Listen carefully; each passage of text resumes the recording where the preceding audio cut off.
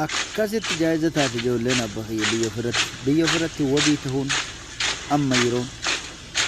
yeroo dukkanni jabaate kana keessatti namni yoo tarkaaffii ofii bakka ajjatu laallatee deeme hin kufu mo'ate kana waan ta'eef waboo waraana gahaa leenjisaa jira gama biraatiin qeerroon mana jirtu kan rafaa jirtu riibaa fayyadammaqii waan waboon godhaa jiru kana jaan argi gocha abdachiisaa fi barbaachisaa irratti hirmaadhu kun dhaamsa qeerroo Oromooti warra galee rafaa jiruun baate ati yoo kanaan hin jenne kana qeerroo miti jaarsa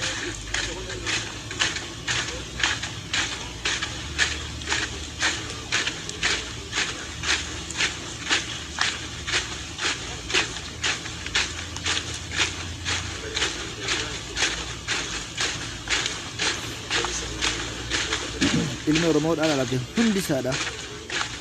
waraana leenjuu qaba waraana yoo leenjii malee waa tokko jalaa hubuu hin danda'u namni yoo jabaate diina mootaa yoo jabaate biyya ofii cabbataa yoo jabaate kabajamaa yoo san hin ta'in bu'aan qabu.